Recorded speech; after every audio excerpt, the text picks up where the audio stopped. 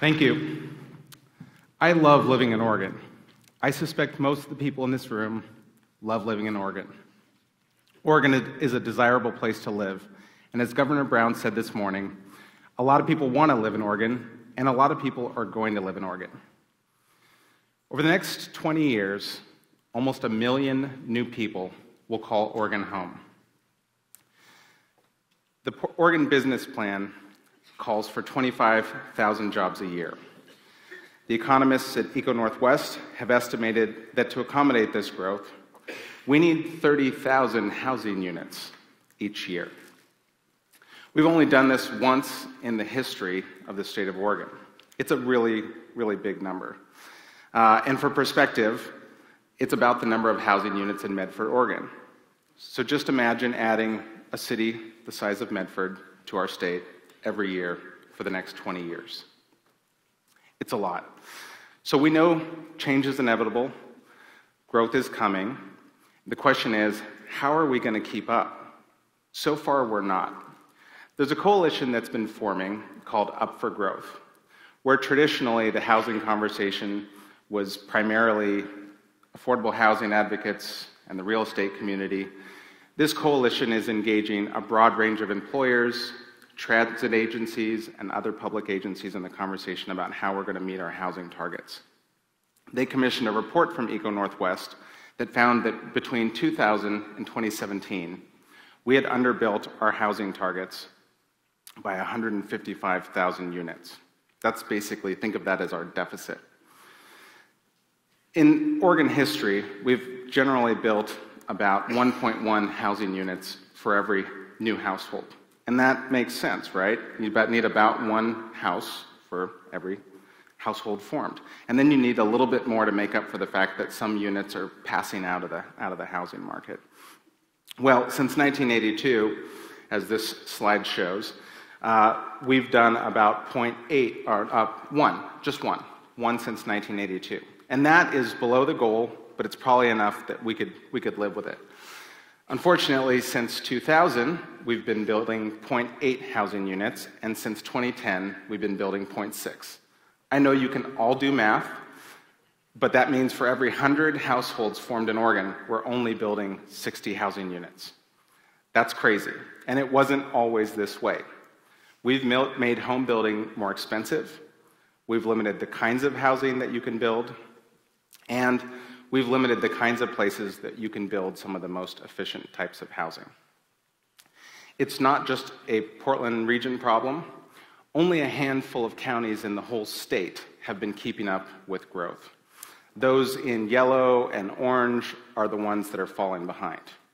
And before you think that maybe this is just an Oregon problem, it's a national problem.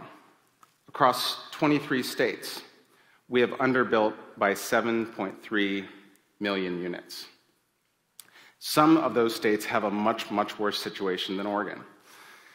You won't be surprised to learn that the states that haven't kept up with population growth are the same states that have astronomical growth in rent. In orange, these are the places that HUD would consider, if you have more than 30% of your income going towards rent, you're considered rent burden. In those states, 30% of their population is rent burdened. In the red areas, 40% of the people in those counties are considered rent burdened.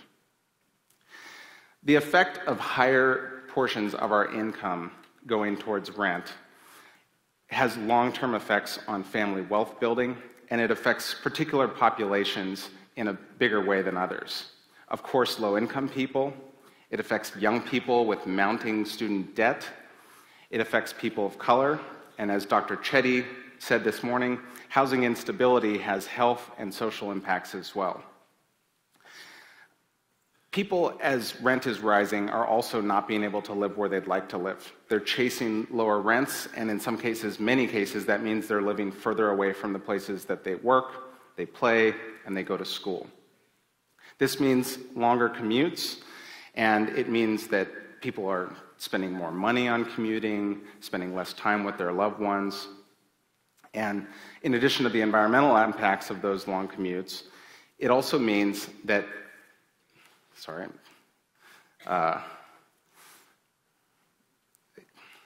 In addition to the environmental impacts of these long commutes, it's harder to provide public services like transit. TriMet and many of its peer agencies are finding that ridership has fallen as people who need transit most are having to live further away. We are also seeing a greater consensus that homelessness is one of the greatest factors in driving homelessness is high rents. This image shows that for the largest cities in the country, this is such a strong correlation. Now, if you glance quickly, it might look like Portland's in the middle of the pack, but in fact, Portland is the 8th highest of all US cities when it comes to homelessness. So, this isn't going to sound like a good thing, but the fact that we're not in this alone, that we have other states and regions that are suffering from this, means that we have others that we can learn from, for better or worse. There are some aspirational peers who are doing some really interesting things, and I would say we're in that category. There are also some cautionary tales, and you won't be surprised to hear that one of those is San Francisco. It recently came out that San Francisco has doubled the number of supercommuters in San Francisco. And I see some quizzical looks. Supercommuters means that you're spending more than 90 minutes each way to get to work. Oh, the gasps. I had written, people are going to gasp when you say that. Right now in Oregon, we're not even close to that, but there are 2% of Oregonians have commutes over 90 minutes each way. And I think we should all agree in this room we're not going to get there. But that's just San Francisco, the city of San Francisco. The scary part about that statistic is that outer-lying places of the Bay Area, like Stockton and Modesto, the problem's twice as bad. There's up to 10% of people in Stockton that are having commutes of up to 90 minutes. So locally, there are some bright points. There are some reasons for hope. Since Portland declared a state of housing emergency in 2015, we've built 15,000 new housing units, and rents fallen 2.7%. That's a big deal in 1 year, year over year. That's just ahead of Seattle. It's the largest drop in rents in the country. Bend had year-over-year rents fall by 2.5%. It's good. It's not going to keep going forever. People aren't going to keep building if rent just keeps coming down and down. And we know that new construction isn't going to solve the full spectrum of housing needs in our community. So it's good that voters understand the scale and the need of this problem.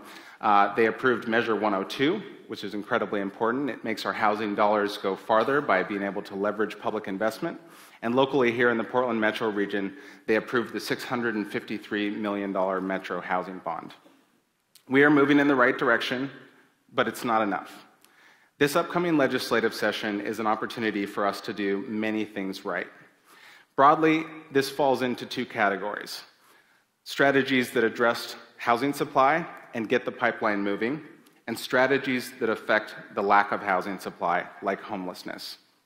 I was pleased to see that the governor's strategies and the speaker's strategies make a historic investment in providing housing for those who need housing most. They also leverage private investment, they engage the private sector, and that's important as well. If you take one thing away from my talk today, it is that there are many, many things we need to do. This is about 12 or 13 of those things, and while I'd like to talk with you about each one of them, we don't have time for that. There are probably 30, maybe 40 strategies that we need to be talking about. And again, many of those are in the plans that the governor and the speaker have put forward. This afternoon at 3:45, we're going to dive into more detail on these. And so if this is an issue that's important to you, as it should be to everyone, please come and join us. We are in a housing crisis. There's no doubt about it. I think we can look at this as an opportunity. In Oregon, we have a legacy of public policy innovation. People come from all over the world to see what we've done in terms of land use planning. They come from all over the world to see what we've done in terms of public beaches. Wouldn't it be great in 20 years if they came to see the state that conquered the housing crisis first, that really set the map, got some things going that they all want to implement? I think we can do it. It'll take everyone in this room, not just those of you who think that you work in the housing space, but employers as well.